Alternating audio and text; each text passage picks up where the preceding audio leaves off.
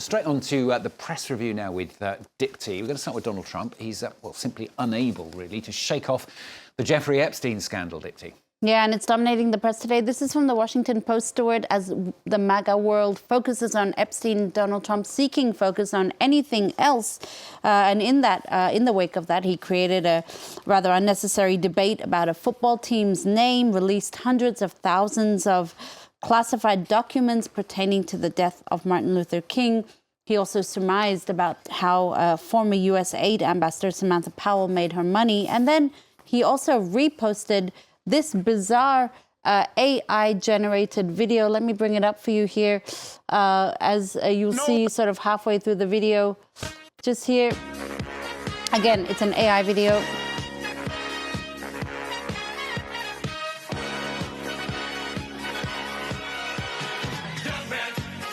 So you see there Barack Obama getting arrested by FBI agents. Again, an AI-generated video that he reposted from a TikTok account.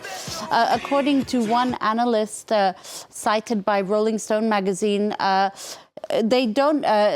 says that, I quote, nobody turns a page quite like Donald Trump. However, this scandal has called into question his ability to do so because he's in a real fight with his own support base. And the mainstream media, of course, are more than happy to fan the flames of discord. Yeah, in the meantime, Dipty's found a piece in Le Monde newspaper here in France, publishing a series focusing on the US tech titans who are cozying up to Donald Trump. Well, it's a long format read. It's on the front of Le Monde today, Les Seigneurs de la Tech, or that's what the headline reads here. And in its edition, you have this two-page spread. It talks about these new allies of Donald Trump and takes us behind the scenes, in particular, of Donald Trump's inauguration earlier this year and the notable presence of tech billionaires like Jeff Bezos and Mark Zuckerberg. Bezos, whose embracing of Donald Trump contrasts with his earlier political positions that were more aligned with the Democrats, and Mark Zuckerberg, who's built his empire in a style that's very casual and informal, but his employees have seen a slow transition to one that's a little bit more authoritarian and less collegial, if you like. All this in a bid to curry favor with Donald Trump and, of course, protect the very lucrative businesses. That's in Le Monde today. Something different now. The Hague wants to arrest Taliban leaders over gender persecution of Afghan women in what one website calls a world first. This is from the Australian academic website called The Conversation. And as you said, they're in a world first. The Hague wants to arrest Taliban leaders over their treatment of women. This is pertaining to arrest warrants that were issued by the ICC earlier this month. These leaders are suspected of being guilty of crimes against humanity on the grounds of persecution on gender.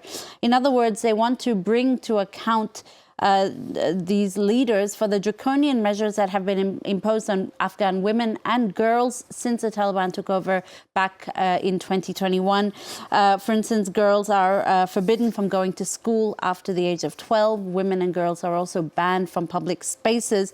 On that note, actually, there's a really interesting article today in the Washington Post that looks at the fate of beauty salons in Afghanistan under the Taliban. So in the aftermath of that takeover nearly 4 years ago, beauty salons were largely excluded from the Taliban's draconian crackdown on society. And as a result, women who were getting married, or women in general, were flocking to the country's 12,000 beauty salons, and it provided much needed stability, financial stability for the often female salon owners. Then in 2023, the officials shut them down, ordered these salons to shut down, citing Sharia law violations.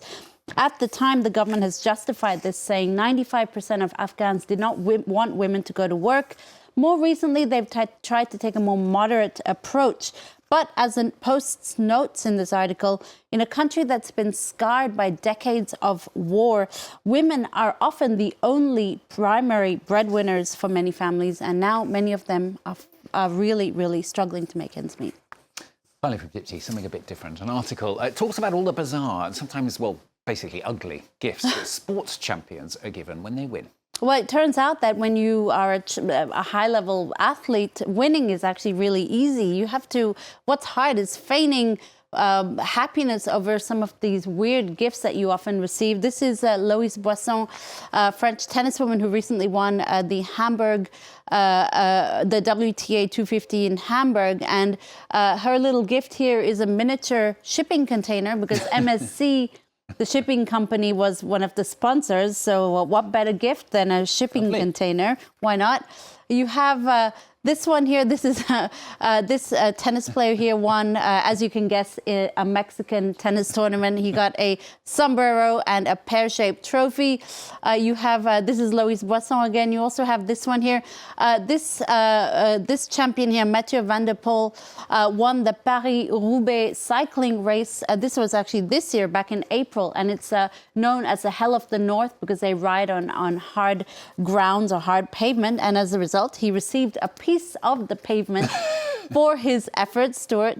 And probably my favorite one is this guy here, Benoit Jarrier, who in 2015 won this little pig for a cycling race in the region of Brittany. But he wasn't the first to cross the finish line. He was just the first Breton to cross the finish line. He's won that 4 times, so I'm guessing he's won 4 pigs. He's got an entire farm. He could quit cycling. He could quit cycling and raise those pigs on a farm.